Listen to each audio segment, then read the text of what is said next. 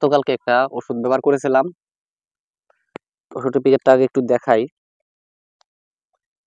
এমাক্টো, একটু ভালো করে দেখুন। অনেকে বলে ভাই এটা দিয়ে কাজ হয় না। ভাই, অনেকে ব্যবহার করতে জানেন না, ভুল সময় ব্যবহার করেন, তার জন্য মূলত কাজ হয় না। আর আপনারা মূলত যদি সঠিক সময় এই ওষুধগুলো ব্যবহার করেন, তাহলে মূলত ফলাফলটা ভালো হবে। তার প্রমাণ আমি আজকে আপনাদেরকে দেখাবো। আপনারা অবশ্যই একটু দেখুন। এই দেখুন, এই যে পাতাগুলো কিন্তু খেয়ে ফেলছে, একটু দেখাও। এই দেখুন, পাতাগুলো কিন্তু এক এক করে খেয়ে ফেলছে। আর শাকের মূলত মেন হলো পাতা। এই পাতাগুলো যদি শাকের খেয়ে ফেলে, তাহলে কিন্তু মূলত শাকের কোনো দাম নেই। শাকের যত ঢক তত বেশি দাম। এটা মূলত আমরা সকলেই জানি।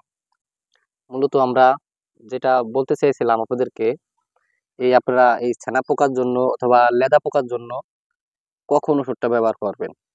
আপনারা অনেকেই এই সময়টা জানেন না। মূলত ছানা পোকার জন্য আপনারা ওষুধ ব্যবহার করবেন বিকাল 4টার পর থেকে। আপনারা ব্যবহার করার জন্য চেষ্টা করবেন যাদের জমি বেশি। আর যাদের জমি অল্প, মূলত তারা সন্ধ্যার কালে এই ছানা পোকা অথবা লেদা পোকার জন্য আপনারা মূলত ওষুধ ব্যবহার করবেন। আমি গতকালকে এইখানে ওষুধ ব্যবহার করেছিলাম। বটবটি গাছ কেটে ফেলতেছে সাইড দিয়ে, তারপর ডাঁটার পাতা কেটে ফেলতেছে, সবুজ শাকের পাতা কেটে ফেলতেছে। মূলত এইসব নিয়ে গতকালকে আপনাদের একটা ভিডিও দিয়েছিলাম আমি। আপনারা অনেকে দেখেছেন, কমেন্ট করেছেন, ভালো লেগেছে, তাই পরবর্তী আর একটা ভিডিও করলাম দেখার জন্য। একটু নিজ চোখে দেখুন। এই যে দেখুন একটা জিনিস, এই যে এই দেখুন, এই পোকটা মাটির নিচে থাকে। মূলত মাটির নিচে থাকে, সন্ধ্যার পরে গাছে আসে।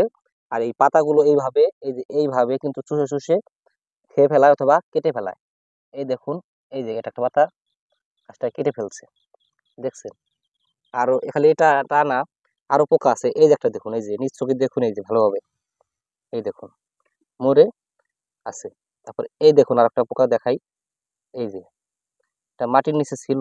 মূলত এগুলো দিনে দেখা যায় না, দিনে এগুলো দেখা যায় না, রাত হলে এগুলো মাটির নিচ থেকে উঠে গাছের পাতাগুলো খেয়ে ফেলায়। এই দেখুন, এই যে প্রচুর পরিমাণ পোকা লেগে চলে খেতে।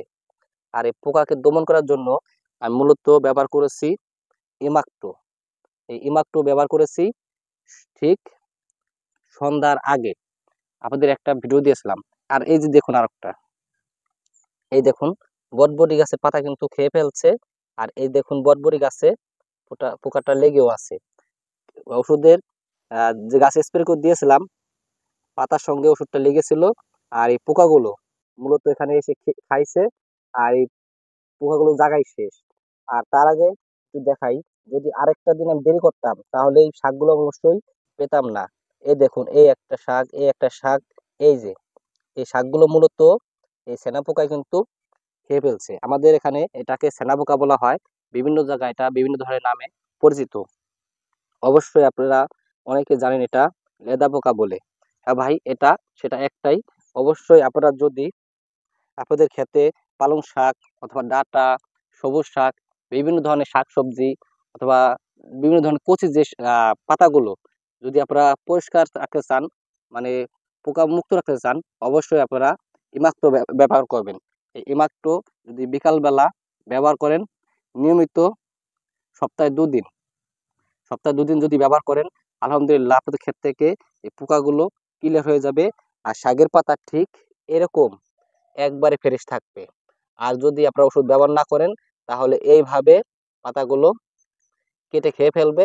আপনি শাক বাজারে নিয়ে আপনারা মূলত বিক্রি করতে পারবেন না, একটু সমস্যা হবে। যাই হোক, পরবর্তী এই শাকে কি ওষুধ ব্যবহার করতে হয়, আপনারা অবশ্যই আমাদের চ্যানেলটি সাবস্ক্রাইব করে রাখবেন। পরবর্তী শাক পিওর রাখার জন্য আপনারা পরবর্তী আপডেট ভিডিও পাবেন।